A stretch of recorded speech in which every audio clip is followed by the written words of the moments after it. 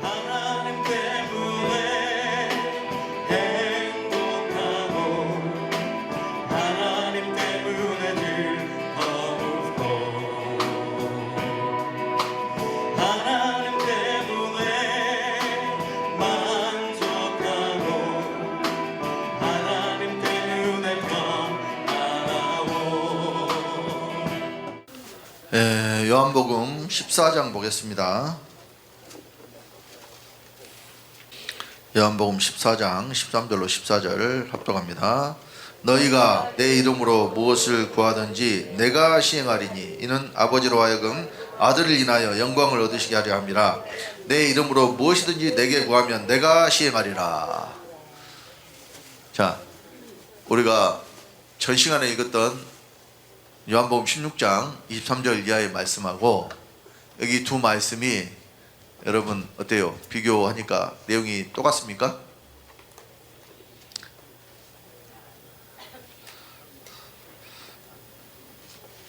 (16장에는) 뭐라 그랬어요? 내 이름으로 구하면 아버지께서 주신다 그랬죠. 거기는 주시는 분이 누구로 돼 있어요? 16장 23절에 너희가 무엇이든지 아버지께 구하는 것을 내 이름으로 주시리라. 거기는 예수 이름으로 구하는데 주시는 분은 누구로 돼 있어요? 아버지로 돼 있죠. 근데 여기 14장에서는 둘 다 예수님 하신 말씀이에요. 14장에서는 너희가 내 이름으로 무엇을 구하든지 내가 시행하리니. 누가 하신대요? 예수님 하신다고 그러잖아요. 14절에 내 이름으로 무엇이든지 내게 구하면, 아버지께 구하라 그래요? 내게 구하라 그래요? 내게 구하면 내가 시행하리라. 그럼 같아요? 달라요? 같아요?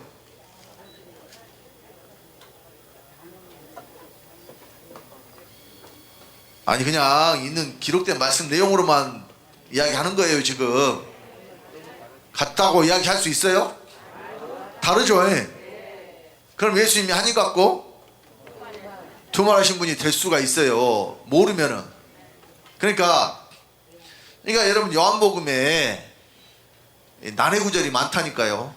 그러니까 요한복음 16장 10절에 의에 대하여라 하면 내가 아버지께로 가니 너희가 다시 나를 보지 못하며. 예수님이 거기는 너희가 다시 나를 보지 못한다고 했기 때문에 제자들에게 말씀하신 것이고 믿는 자들에게 하신 말씀이에요. 아버지께로 가신 예수는 우리가 다시는 본다고 그래요? 못 본다고 그래요? 못 본다고 그러잖아요. 근데 바로 이어서 16절에 뭐라 그랬어요? 조금 있으면 너희가 나를 보지 못하겠고 또 조금 있으면 너희가 나를 보리라. 그럼 본다는 이야기예요? 못 본다는 이야기예요? 뭐가 맞아요? 본다가 맞아요? 그러면은 다시는 못 본다고 말씀은 틀리네. 그러니까 무조건 뭐가 맞냐? 또 다 보기는. 참말로 설명을 해야 된다니까요. 또 뭘 밑도 끝도 없이 다 본다 그래. 다시는 못 본다고 말씀하신 부분도 있고 조금 있으면 본다고 말씀하신 부분도 있잖아요. 그러니까 두 말씀 다 맞다 그 말이에요. 근데 왜 그런지를 설명을 해야 된단 말이에요. 그러니까 이해를 하려면은 납득할 만한 설명이 있어야죠. 설명이. 그러니까 왜 이렇게 말씀하셨을까? 예수님이 한이 갖고 두말하시는 분이 아닌데. 예수님이 오리발님이신 분이에요? 닭도 안 잡아먹었는데? 그런 분이 아니니까 왜 이렇게 말씀하셨는지 알아야 된단 말이에요. 그러니까 이런 내용들이 여러 군데 있어요. 그러니까 보세요. 요한복음 14장에서는 또 뭐라고 말씀하시느냐?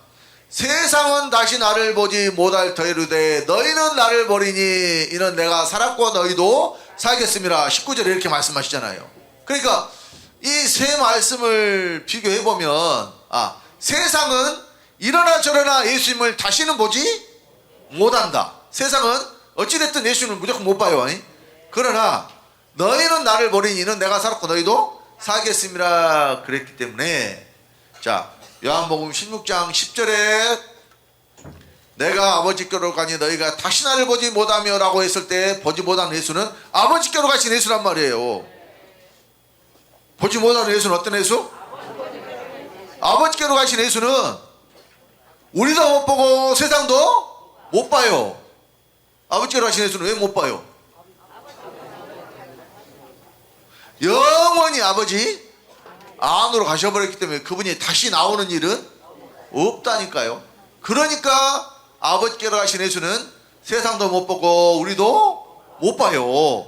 그런데 그러니까 예수님이 16장 10절에 이제 그 답을 말씀하신 거잖아요. 16장 16절에 그 답을 말씀하신 거잖아요.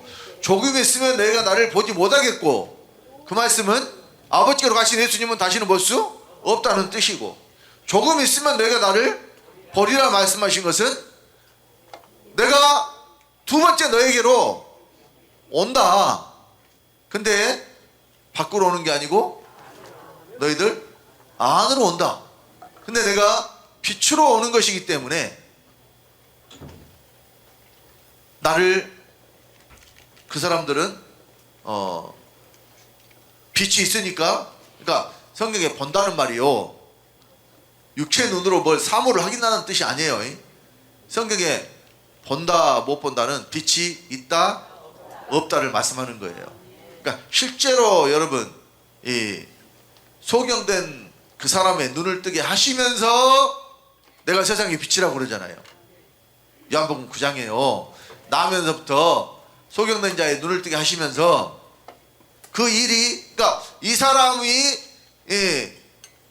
이 죄를 지어서 그렇게 된 것이 아니고 그 부모가 죄를 지어서 된 것도 아니라고. 그러니까 제자들은 그랬잖아요. 아예 딱 지들이 단정을 해놓고, 주여 이 사람이 이렇게 된 것이 그 부모의 죄입니까 이 사람의 죄입니까 이렇게 물어봤잖아요. 선택지를 몇 가지밖에 안 뒀어요? 두 가지. 그러니까 보통은 그렇게 문제를 내면은 사람들은 그럼 이 사람이 죄일까 아니면 이 사람 부모의 죄일까 요것만 생각을 한단 말이에요, 대부분. 근데 예수님은 니들이 생각하는 것처럼 이 사람이 죄를 지어서 이렇게 된 것이 아니다. 이 사람을 통해서 하나님의 일을 하시는 일을 나타내려 하십니다 그랬잖아요. 그러니까 소경에 눈을 뜨게 하는 일이 예수님이 와서 하시는 일이고, 물론 이 사람이 나면서부터 소경된 자가 눈을 떴어요. 그러면 정말 육체의 눈이 감겨져서 육체의 눈이 볼 수 없어서 그 못 보는 자들을 눈을 뜨게 하러 오셨는가, 아니면은 빛이 없는 자들에게 빛을 주러 오셨는가? 뭐가 맞아요? 그러니까 요한복음 9장을 쭉 읽어보면 뒷부분에 가서 바리새인들이 그 부분은 읽어보겠습니다. 요한복음 9장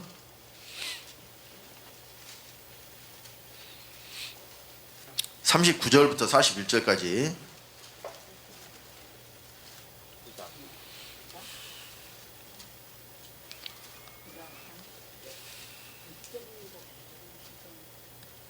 요한복음 9장 39절부터 41절까지 합독합니다. 예수께서 가라사대 내가 심판하러 이 세상에 왔으니 보지 못하는 자들은 보게 하고 보는 자들은 소경되게 하려 함이라 하시니, 바리새인 중에 예수와 함께 있던 자들이 이 말씀을 듣고 가로되 우리도 소경인가? 예수께서 가라사대 너희가 소경되었다면 죄가 없으려니와 본다고 하니 너희 죄가 그저 있느니라. 여기 바리새인들에게 너희가 소경되었다면 뭐가 없으려니와 죄가 없으려니와 본다고 하니 너희 죄가 그저 있느니라. 근데 예수님이 보는 자들은 보지 못하는 자들은 보게 하고 보는 자들은 소경되게 함이라 이 말씀을 하시니까 바리새인들이 우리도 소경인가 그랬잖아요. 그러니까 바리새인들이 우리도 소경인가 하는 말은 자기들이 소경임을 깨달아서 소경인가 한 말이에요. 뭐 우리가 소경이야 이런 뜻이에요. 우리가 두 눈 멀쩡히 뜨고 잘 보고 있는데 무슨 우리가 소경이란 말인가, 이런 뜻으로 지금 한 이야기잖아요. 그러니까 예수님이 하시는 말씀이 너희가 소경되었다면 죄가 없으려니와, 그러니까 너희가 소경인 줄 깨달아 알았다면 죄사함을 받을 수 있었을 것인데, 너희가 소경임에도 불구하고 소경인 줄을 깨닫지를 못하니까 너희 죄가 그저 있다고 그러는 거예요. 그러니까 누가 구원을 받을 수 있냐? 자기가 죄인임을 깨달아 아는 자들이 구원 받는다니까요. 그러니까 주여 나를 떠나소서 그런단 말이에요. 죄인들은 나는 죄인으로서이다. 그런 사람들이 구원 받았어요. 근데 이 바리새인들 같은 경우는 나보다 더 의로운 사람이 있으면 나와보라 그래. 이런 것들이에요. 그러니까 바리새인들에게 이 화 있을진저 서기관들과 바리새인들이여 너희는 회칠한 무덤이다. 너희 속에 죽은 것과 썩은 것과 더러운 것이 가득하도다. 너희가 대접에 겉은 깨끗이 하되 속은 아주 더러운 것들이다. 막 그러면서 7번이나 화 있을진저 말씀하시고 8번째는 뱀들아 독사의 새끼들아 너희가 어떻게 지옥의 판결을 피하겠느냐 이 말씀 또 하시잖아요. 바리새인들에게만 그 말씀 하셨어요. 아무한테도 욕 안 했는데 가는 중에 잡힌 여자한테도 욕 안 하고 세리한테도 욕 안 하고 그랬는데 이 스스로 의롭다 하는 자들 자칭 의인이잖아요. 이들에 대해서는 뱀들아 독사의 새끼들아 이렇게 욕하셨단 말이에요. 뱀들아 독사의 새끼들아가 예수님 했으니까 욕 아니에요? 이거 욕이냐 아닌지 금방 알 수 있어요. 여러분 나가서 야, 이 독사의 새끼야 해봐요. 그러면 다 싸우자고 달려들지.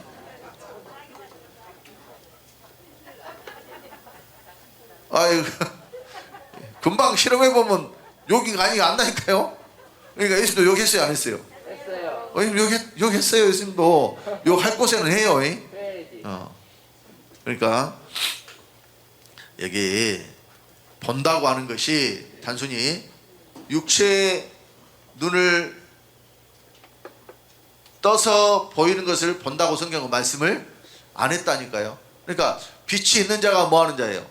보는 자예요. 그러니까 예수님을 우리가 다시 본다고 했을 때는요 육체 눈으로 보는 게 아니에요. 빛으로 오신 그리스도를 보는 것이지.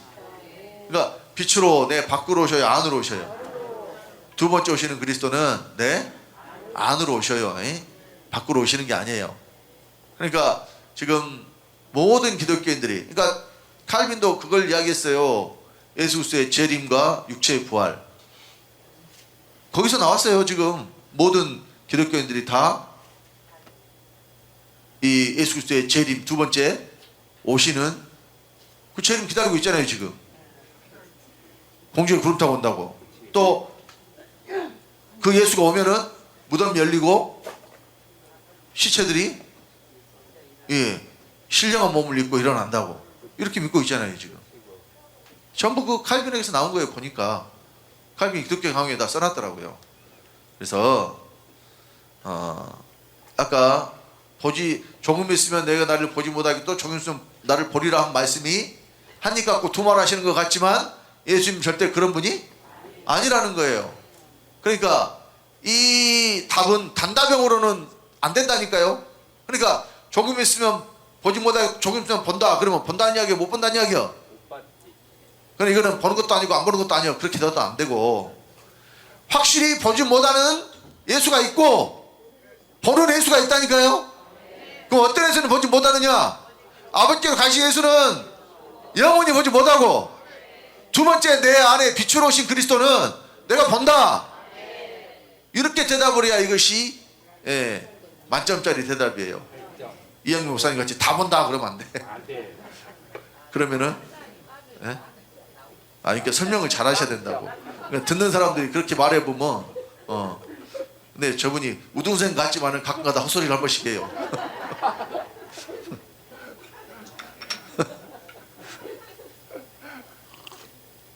자, 이제 내 이름으로 구하는 거에 이것도 살펴봐야 되겠죠. 왜 그런지 이제 이유를 정확히 알아야 된다니까요. 그러니까 이것은 보혜사가 우리에게 오시는 거 말씀하실 때도 또 그렇게 말한다니까요. 예수님이. 그러니까 참 그분이 참 그래.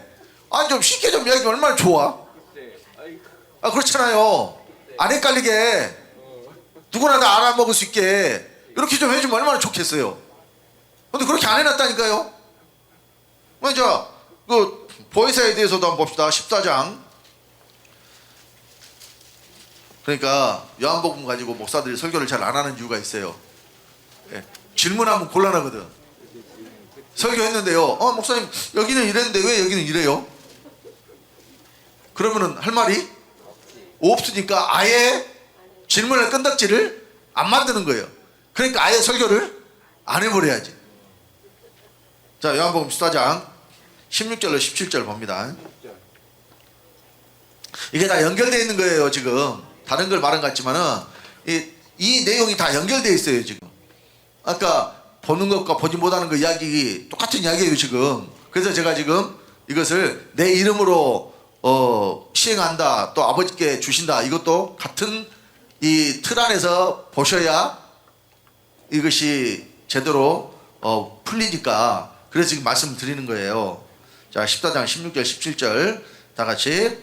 내가 아버지께 구하겠으니 그가 또 다른 보혜사를 너에게 주사 영원토록 너희와 함께 있게 하시리니 저는 진리의 영이라. 세상은 능히 저를 받지 못하나니 이는 저를 보지도 못하고 알지도 못함이라. 그러나 너희는 저를 아나니 저는 너희와 함께 거하시며 또 너희 속에 계시겠습니다. 자, 여기 보혜사를 말씀하시면서 아버지가 보혜사를 주신다고 이렇게 돼 있잖아요. 여기 그렇게 돼 있죠. 예수님이 아버지께 구하고 내가 아버지께 구하겠으니 그가 또 다른 보혜사를 너에게 주사. 그러니까 그가 누구냐면 아버지예요. 앞에 그러니까 여기서는 내가 아버지께 구하겠으니 그가 했을 때는 아버지를 이미 언급했기 때문에 여기 그는 아버지로 해석을 해야 돼요.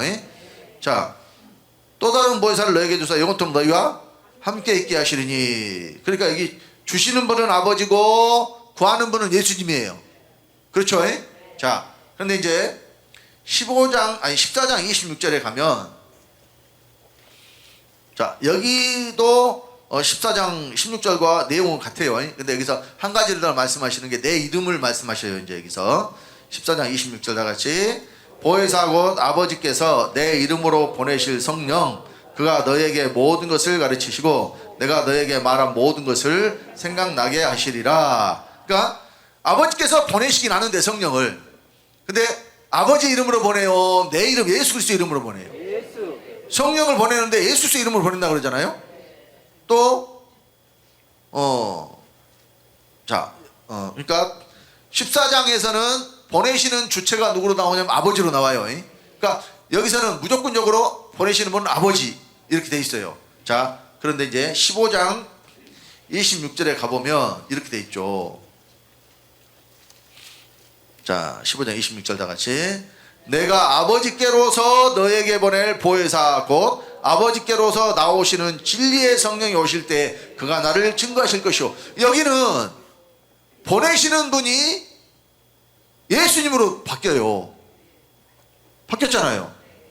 내가 아버지께로서 너에게 보낼 보혜사. 그러니까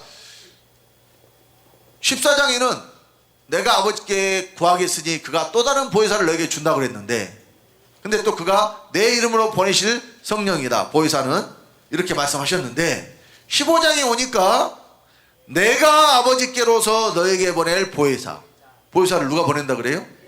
예수님이 보낸다 그래. 그러면 이 두 말씀을 비교해 가지고 제가 또 질문을 한단 말이에요. 보혜사는 아버지가 보내시나요, 예수님이 보내시나요? 이렇게 질문을 해요. 그럼 여러분 뭐라고 대답해야 돼요? 아버지가 보낸 것도 맞고 예수님이 보낸 것도 맞고 그래요?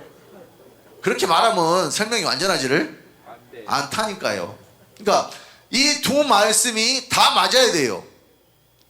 아니, 하나님은 헛소리 하시는 분이에요? 아니니까 그분이 하신 말씀 무조건적으로 어때요? 맞아야 돼요. 그러니까 아버지가 보내는 것도 맞아야 되고 예수님이 보내는 것도 맞아야 돼요. 근데 여기서 공통 분모는 아버지가, 그러니까 14장에는 아버지가 보내신다고 그랬지만 15장에는 아버지께로서 너에게 보낼 보혜사라고 그랬거든요. 그러니까 결국은 성령은 어디에서 나오느냐? 아버지 안에서부터 나오신단 말이에요. 성령 어디서부터 나와요? 성령은 아버지 안에서부터 나와요. 왜냐? 성령이 아버지의 생명의 활동이니까. 그러니까 성령은 아버지의 생명 활동인데 이렇게 써진 내용이 있어요, 없어요? 명시적으로 이렇게 된 것이 없어요. 그러나 이제 그것을 우리가 이해할 수 있도록 설명해주는, 그러니까 아주 정확한 설명이라 그 말이에요. 성령이 아버지의 생명의 활동이라는 것이 정확한 설명이라는 이유는 성령은 반드시 어디서 나오느냐? 아버지께로서 나오시는 성령이란 말이에요. 그러니까 아버지 안에서 나오니까 아버지의 생명이죠. 그래서 성령은 제3위 하나님이 아니라 아버지가 1이니까 성령도 1이다. 아버지가 같다니까요. 내 생명과 내가 같은 것처럼 아버지와 성령은 같아요. 근데 이제 이 성령은 어떤 성령이냐면 믿는 자 안으로 오시는 성령이란 말이에요. 지금 예수님이 보혜사를 보내신다고 그랬는데 어디로 보내요? 어디로 보냅니까? 믿는 자 안으로 보내요. 근데 이 성령에 대해서 이 잘 모르는 이 삼위일체 하나님 믿는 자들은 성령을 몇 분으로 믿냐면 한 분으로 믿잖아요. 성부도 한 분이시오, 성자도 한 분이시오, 성령도 한 분이시다 그래가지고 성령이 몇 분이에요? 한 분 성령이라고 그러잖아요. 그러면 그들이 성령을 이 생각을 할 때에 예수님이 성령을 보냈다 이 예를 들어서 말씀을 가지고 어떻게 생각을 하냐면 예수님을 대신해서 성령 한 분이, 그러니까 예수님은 어디로 가야 되니까 이제 아버지께로 가야 되잖아요. 예수님이 아버지께로 가는데 또 아버지 어디로 간다 그래요? 아버지 오른쪽으로 간다 그러죠. 아버지로 가야 되니까 세상을 비워놓으면 돼요, 안 돼요? 비워놓으면 안 되니까 이제 예수님 대신해서 누가 왔다는 거예요? 보혜사 성령이 오셨다는 거예요. 그러니까 그분이 성령 한 분으로 계시면서 지금 함께 하신다는 거예요. 그러면서 특히 이제 그 순복음에서는 이렇게 말을 한다고 하잖아요. 성령님 나와 함께 하십시다. 시장 같이 가십시다. 뭐 어디 다니면서 성령님을 몰고 다녀요. 자기가 가는 데마다 성령님 저도 들은 거예요. 실제로 그렇게 해본 사람, 우리 박순희 목사님 그거 해봤어요? 안 해봤? 실제로는 안 해봤다고? 출처가 거긴데 왜 실제로는 안 해봤을까? 누구한테 들었어요? 아, 조영기 목사만 했어? 아니, 조영기 목사가 했으면 추종자들도 따라서 해야지. 왜 안 했어? 하는 게 정상이지. 조영기 목사가 그렇게 했으면은 같이 따라서 해야 되는 거 아닌가? 우리 이성영 목사님은 여기 저기는 했다고 그러네. 그럼 저 양반 믿음이 별로 없구만. 열심히 안 했어요, 박수희 목사님. 아니, 저기 실제로 하신 분 계시잖아요. 이성영 목사님도 같은 파니까. 그러니까 성령님 어때요? 자기 간 데마다 버스 타면은 성령님 버스 타십시다. 이제 일 보고 집에 가면 성령님 집에 가십시다. 이렇게 한다는 거예요. 그것이 성령과 함께하는 거라고. 근데 여러분 성령이 한 분인데 그러면은 또 하나님이시니까 그까짓 거 아무것도 아니지 그냥 혼자서 계셔도 다 해줄 수 있다 이런 식이에요. 하나님 능력이 있으시니까. 근데 그렇게 성령을 믿으니까 자기 속에 성령이 계신가 안 계신 거예요. 그러니까 그런 성령을 믿는 사람들이 집회를 하면은 이제 집회 전에 분위기를 띄우려고 찬송 부른단 말이에요. 찬송 인도자가 나와가지고 찬송을 부르면서 성령님의 임재하심을 우리가 바라보면서 기도드립시다 그러면서 성령님 임재하시옵소서 그런 노래 불러요. 찬양 부르고. 그럼 여러분 성령님 임재하라는 말이 그 내용을 살펴보면은 지금 여기 안 계시니까 얼른 오시란 소리예요. 어여 오시옵소서. 아니 계시면은 오시라고 할 필요가 있어요, 없어요? 그러니까 임재하시라는 것은 임하여 계시옵소서 그런 뜻인데 지금 우리가 하나님의 이름으로 예수 그리스도의 이름으로 모였으니까 성령님이 여기 오셔서 임하여 계시옵소서, 임재하시옵소서. 그러니까 모일 때마다 성령님을 불러야 돼. 아, 그렇잖아요. 그러니까 그건 했어요? 잘했어요. 그건 했다고 그러잖아요. 그러니까 임재하라는 말 자체가 벌써 자기 속에 성령이 계시지 않는다는 방증이에요. 스스로 말해내는 거예요. 근데 보증으로 성령을 우리 마음에 주셨는데 그 성령을 받은 사람은 성령님 임재하시옵소서 할 필요가 있어요, 없어요? 그러니까 우리 여기 모이면서 성령님 임재하시옵소서 한 번이라도 했어요, 안 했어요? 그래서 여러분 우리 안에 계시는데 뭘 임재하고 말고 하냔 말이에요. 그러니까 자 아버지 그러니까 내가 아버지께로서 너에게 보낼 보혜사 또 내가 아버지께 구하겠으니까 또 다른 보혜사를 너에게 주사.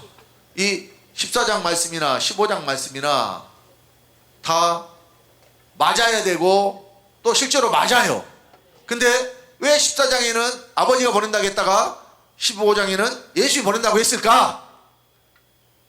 예수님이 아버지께로 가셔야 성령을 아버지가 보내신 것이고 또 예수님이 아버지께로서 우리에게 보내시는 것이 되니까 그렇단 말이에요. 그러니까 자 16장에 보면 이제 그 답이 나와요. 자 16장 7절 봅니다. 7절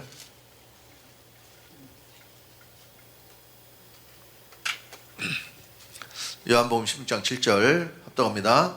그러하나 내가 너희에게 실상을 말하노니 내가 떠나가는 것이 너희에게 유익이라. 내가 떠나가지 아니하면 보혜사가 너희에게로 오시지 아니할 것이요 가면 내가 그를 너희에게로 보내리니. 그러니까 여기 보혜사가 예수님이 가셔야 오는 걸로 돼 있어요. 가시지 않으면 오셔요 안 오셔요? 안 오셔요. 그러니까 조건이 뭐냐면은 예수님이 가시는 조건이에요. 어디로 가시는 조건? 그러니까 아버지께로 가시는 조건인데 여기서 또 이제 문제가 생겨요. 세 분 하나님을 믿는 자들은 예수님이 어디로 가신다 그래요? 하나님 아버지 오른쪽으로 가신다 그런단 말이에요. 그러니까 이제 성령의 자리는 어디였냐면은 왼쪽이었어요. 아 예수님 자리가 오른쪽이니까 예수님 자리가 오른쪽이면은 성령 자리는 예수님이 오른쪽일까? 그러면 예수님이 중앙 돼버리잖아요. 그러니까 아버지가 보좌 중앙에 앉아 계시려면은 예수님이 아버지 오른쪽이면 성령은 반드시 그러니까 성경에 성령의 자리가 아버지 왼쪽이라는 말이 있어요 없어요? 있어요? 없는데 사람들은 예수님이 아버지 우편에 계시니까 그러면 성령도 어디 자리가 있어야 되잖아요. 성령은 그러면 서 있을까 그냥? 서야지. 성령도 자리를 만들어줘야 돼요. 그러니까 자연스럽게 어디로? 왼쪽으로. 성경에도 없는데 왜냐면 세 분으로 만들어 놓으니까 그렇다니까요. 그래가지고 지금 하늘의 보좌가 세 개 있다고 하는데 우리가 세 개 있다고 하는 게 아니라 세 분 하나님 믿는 사람도 하늘의 보좌가 몇 개 있다고 그래요? 세 개 있다고 그래요. 그러면은 성령님 자리는 지금 앉아 계실까요? 비어져 있을까요? 비어져 있자 맞죠. 비어져 있어야.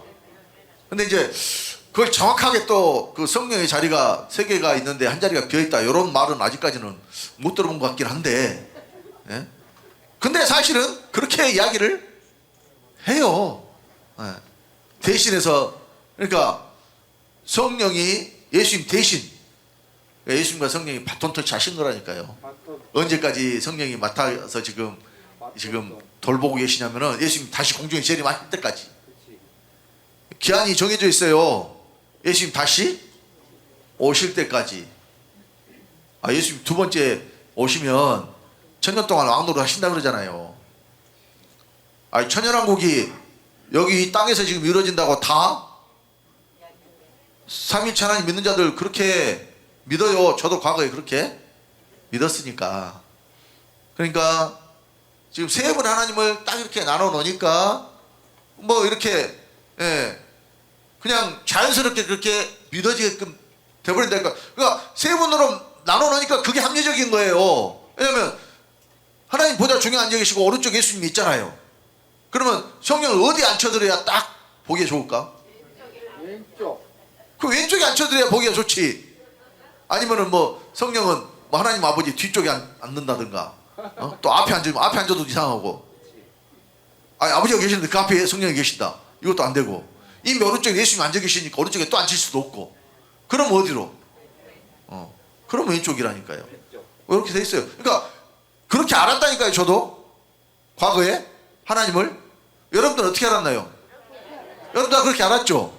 왜냐하면 하나님을 몇 분으로 믿었으니까 세 분으로 믿었으니까. 그러니까 지금 우리가 믿고 있었던 과거에 우리가 믿었던 그 하나님을 지금 기독교인들이 그대로 믿고 있다니까요. 모르니까. 그러니까요. 자, 이 아까 좀 전에 말씀드렸던 요한복음 14장 내가 아버지께 구하겠으니 그가 또 다른 보혜사를 너에게 주사. 아버지가 보혜사를 우리에게 주시는 것과 내가 요한복음 15장 20절에 내가 아버지께로 너에게 보낼 보혜사.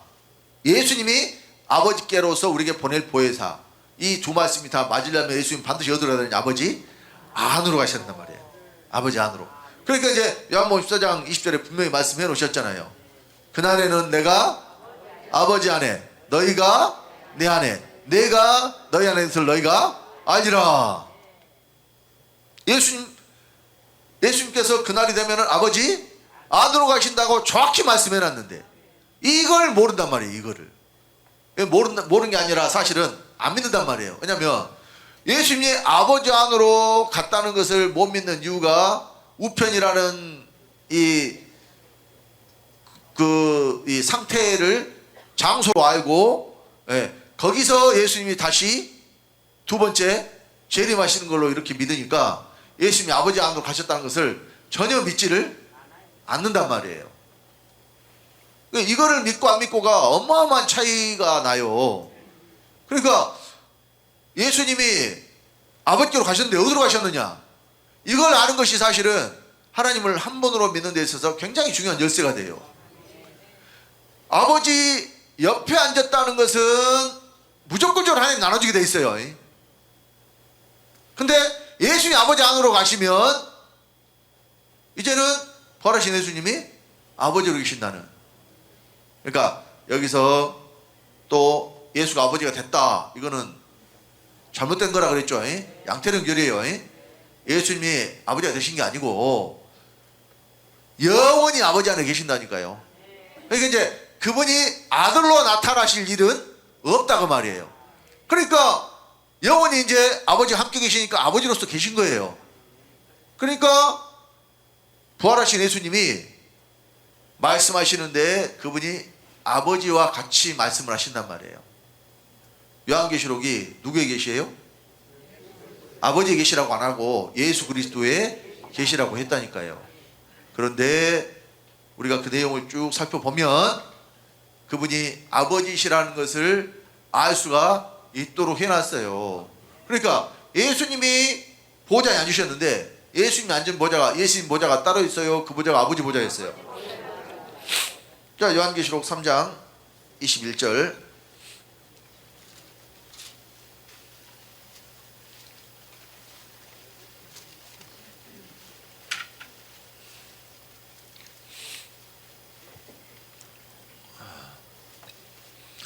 요한계시록 3장 21절 합독합니다. 이기는 그에게는 내가 내 보좌에 함께 앉게 하여 주기를 내가 이기고 아버지 보좌에 함께 앉은 것과 같이 하리라. 예수님이 이기는 자를 내 보좌에 함께 앉게 해준다고 했는데 그 보좌는 어떤 보좌였냐면 예수님이 이기고 앉은 보좌인데 그 보좌가 아버지 보좌였어요. 그러니까 예수님 혼자 앉았어요? 아버지 함께 앉았어요? 아버지와 함께 앉은 보좌예요. 그럼 여기서 함께라는 말 의자를 좀 넓혀가지고 여기 지금 1인용이잖아요. 요 의자는 1인용이요. 이것이 이제 보좌라고 치고 함께 앉으려면은 사이즈가 작잖아요. 그러니까 아들이니까 아버지가 무릎에 앉히셨을까? 예수님이 아들이잖아요. 그러니까 아버지가 아들을 무릎에 앉히는데 어린 아들이나 무릎에 앉히지. 지금 주영철 목사님이 아버지니까 내가 아버지 나 무릎에 앉을게요. 아버지 무릎에 앉아봐요. 뭐라 그럴까? 무겁다 임마. 내려가 임마. 이럴 거란 말이에요. 안 그러겠어요? 아니 째까는 아들이 와서 앉아야 이쁘다 그러지. 다 큰 놈이 앉아갖고 그 덩치도 제가 더 크고 몸무게도 훨씬 더 나가는데 아버지 앉아있는 제가 딱 앉아갖고 이러면 아버지는 깔려 죽으라고? 그렇게 함께 앉는 것은 아니에요. 그러면 그 좁으니까 좀 늘려 옆으로. 이렇게 둘이 나란히 앉아. 그럼 여기 함께인가? 여러분 보좌는 하나님의 주권과 통치하심과 다스리심 왕권을 말한다니까요. 그러니까 예수님이 아버지 보자 함께 앉았다라고 했을 때에 아버지가 계시는데 그 아버지와 함께 앉는 방법을 생각을 사람들이 하면 아까 제가 말씀드렸던 대로 무릎이 앉든가 폭에 앉는 거예요. 아니면 양옆에 나란히 앉든가 요거 두 개 외에는 생각을 못해요. 근데 그렇게는 앉으면 자기도 또 이상하니까 각각 보좌를 만들어 놓는다니까요. 아버지 보좌 따로 있고 누구 보좌 따로 있어? 예수님 보좌 따로 있고. 그러니까 아버지와 예수님만 보좌가 있으면 성령이 속상해. 왜 나는 보좌가 없지? 그러니까 성령 보좌도 하나 만들어서 그래서 보좌가 몇 개 나온 거예요. 3개 나온 거예요. 성경에도 없는. 그러니까 사람의 생각으로 그냥 섭섭하면 안 되니까 성령님만 보좌 안 만들어주면 얼마나 섭섭하겠어요.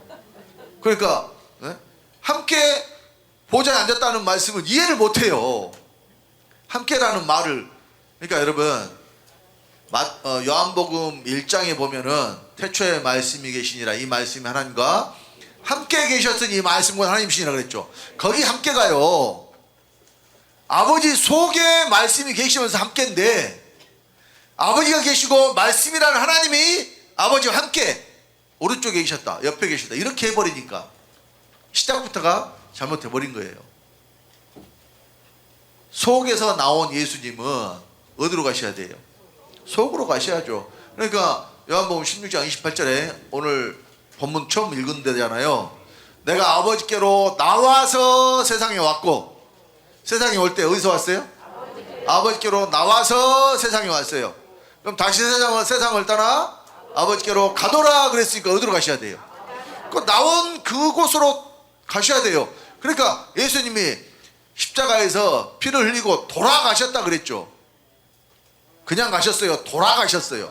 그냥 돌아가신 거지 리턴드라니까요. 리턴드는 원래 있던 자리로 가셨다 그 말이에요. 그럼 예수님이 나오시기 전에 어디서 나왔어요? 아버지께로 나왔으니까 당연히 어디로 가셔야 돼요? 아버지께로 가시면 얼마나 자연스러워요. 근데 원래부터 아들은 존재하는 아들로 보니까 삼일체 교회에서는 아들이 언제부터 있었어요? 영원부터 아들이 있었어요. 그러니까 영원부터 있던 아들의 자리로 가니까 아버지 속으로 간다 그래요? 아버지 옆으로 간다 그래요? 그래서 문제가 되는 거란 말이에요. 한번 하나님을 절대로 믿을 수가 없게 만들어버려요. 이 삼일체 교리는. 그러니까 예수님이 아버지 안으로 가시면 이 모든 문제가 깔끔하게 다 해결이 돼요. 요한복음 16장 7절에 내가 너에게 실상을 말하노니 실상이 뭐예요? 실제 상태를 말씀한다는 이야기예요. 실상을 말하노니 내가 떠나가는 것이 너에게 유익이라. 내가 떠나가지 아니하면 보혜사가 너에게로 오시지 아니할 것이요 가면 내가 그를 너에게로 보내리니. 그러니까 예수님이 지금 어디로 가냐? 아버지 안으로 가서. 그러니까 내가 아버지께로서 내게 보낼 보혜사 곧 예수님이 아버지 안으로 가셔야 보혜사가 어디로 와요? 우리에게 와요. 근데 이때 사실은 보혜사만 오시는 게 아니라 예수님이 보혜사와 함께 오시는 건데 근데 이것도 감춰놨으니까 사람들이 모른단 말이에요. 안 오신 줄 안단 말이에요. 근데 그 말씀을 멀리 감춰놓은 게 아니고 바로 요한복음 14장 16절 17절 밑에 감춰놨어요. 자, 요한복음 14장 가서 봐요.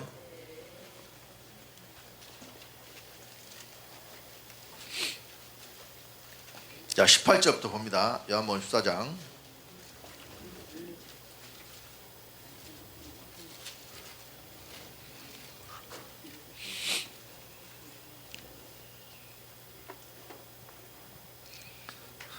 자, 14장 16절 17절은 보혜사를 말씀하시고 바로 이제 예수님 오시는 걸 말하잖아요.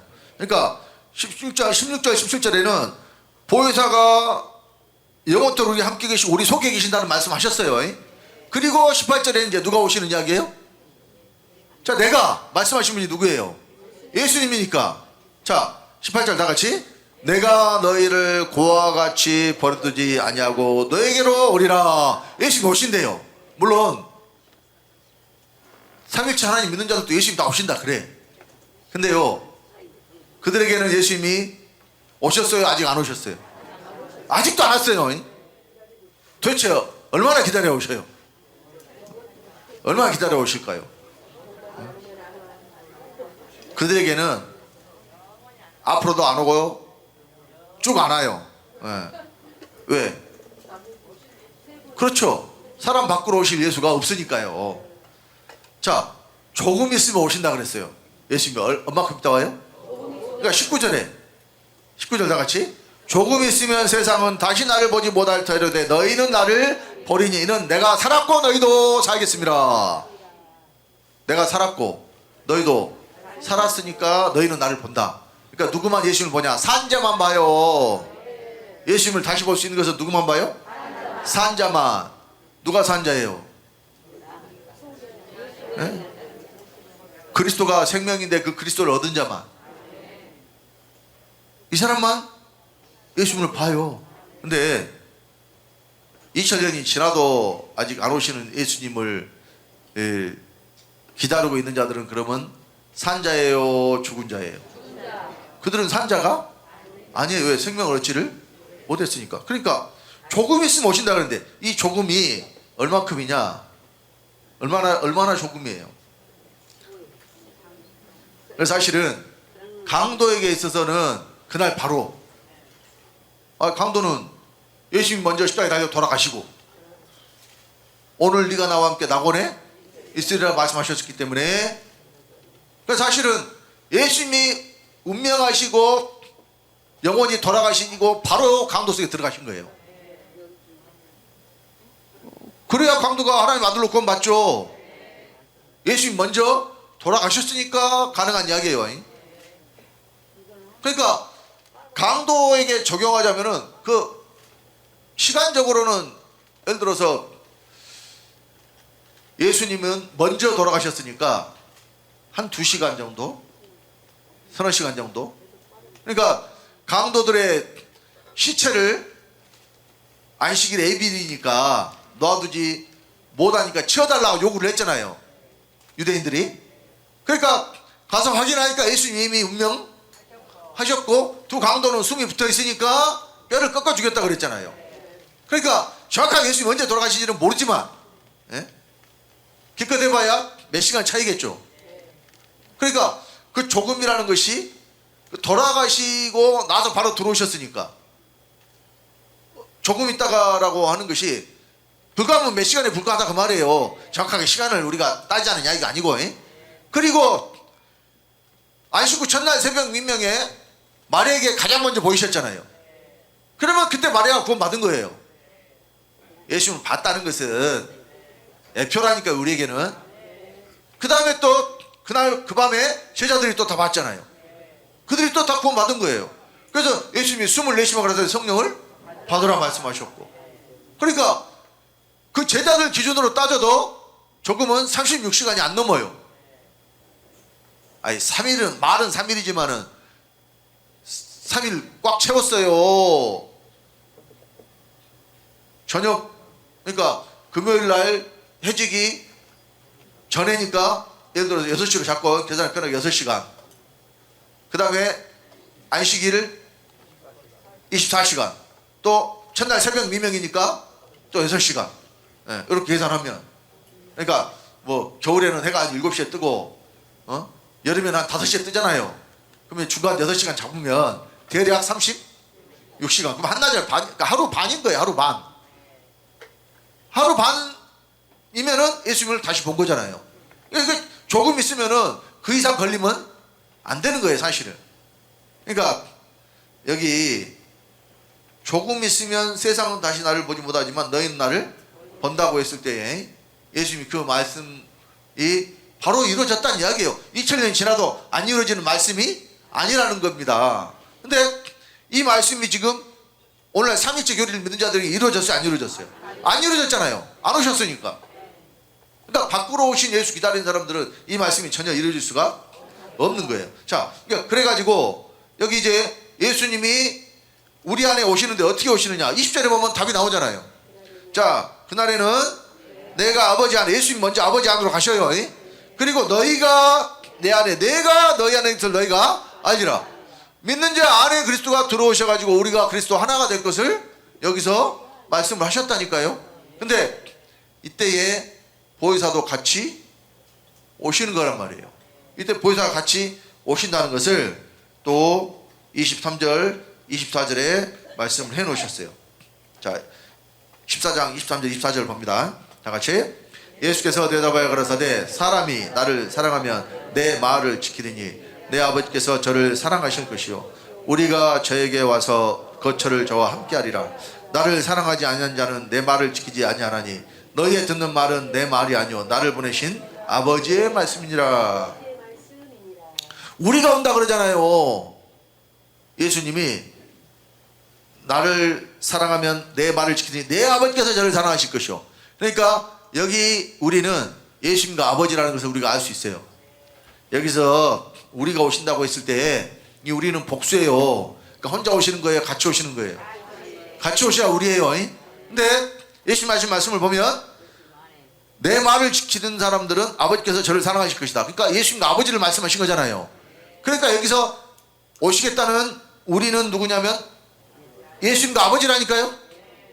근데 예수님과 아버지가 와서 거처를 저와 함께, 나를 사랑하는 자와 함께, 그러면은 거처가 집이잖아요. 거처, 처소, 집 같은 뜻이에요. 우리 하나님의 집이잖아요. 그러면은 어디로 들어오신다는 얘기예요? 우리 아내, 아버지와 아들이 들어오신다는 거예요. 근데 이제 여기서 본체이신 아버지가 오시는 게 아니라 성령이 오시는 것이 곧 아버지가 오시는 거예요. 왜냐하면 성령은 아버지의 생명의 활동이니까. 또 그리스도가 오시는 것이 예수님이 오시는 거예요. 그리스도가 아들의 영이니까. 그러니까 그리스도가 우리 안에 들어오시려면, 각 믿는 사람 안으로 들어오시려면 한 분 그리스도는 절대로 모든 믿는 자 속에 들어오실 수가 없어요. 그러니까 이제 그리스도가 많은 열매를 맺으신 것이고, 이 열매가 어디서 맺어졌느냐? 아버지 안에서 맺어졌다니까요. 예수님이 어디로 가셔가지고? 아버지 안으로 가셔가지고 거기서 많은 열매가 맺어졌어요. 그러면 다시는 못 보는 예수는 2000년 이 땅에 오신 온조 예수예요. 다시 보는 예수는 많은 열매가 맺어진 그리스도가 오시면, 그러니까 어떤 그리스도가 오시는 줄 우리가 알아야 된단 말이에요. 온조 그리스도가 각 사람 속에 다 들어오시는 게 아니에요. 하늘에 미리 땅에 떨어져 죽어서 많은 열매를 맺었죠. 많은 열매가 맺어진 그리스도가 각 사람 안에 들어오시는 거라니까요. 그래야 하나님 말씀이 이루어지니까. 그래서 이사야 53장 10절에 예수 그리스도의 영혼이 속건 제물로 드려지면 그가 그 씨를 보게 되며 그날은 길 것이요 또 그의 손으로 여호와의 뜻을 성취하리로다 그랬어요. 예수 그리스도의 영혼이 속건 제물로 드려지니까 뭘 보게 돼요? 씨를 보게 되는데, 이 씨가 바로 아들들 얻는 씨예요. 아들을 하나 얻어요. 하늘의 별과 같이 땅의 특권과 같이 바다에 모래와 같이 많은 아들을 얻어요. 많은 아들을 얻어야 되니까 많은 씨가 있어야 되잖아요. 그러니까 예수 그리스도가 바로 아버지 안으로 들어가셔서 많은 열매를 맺으신 거예요. 그러니까 반드시 예수 그리스도는 어디로 가셔야 되느냐? 아버지 안으로 가셔야 되는 것을 우리가 알 수가 있어요. 근데 이것을 안 믿으니까 하나님 한 분으로 믿을 수도 없고 하나님 아들이 될 수도 없는 거예요. 그러니까 예수님이 두말한 것 같지만 이걸 알게 하기 위해서 그렇게 말씀하신 거란 말이에요. 이해가 되시죠? 네. 잠깐 쉬었답니다.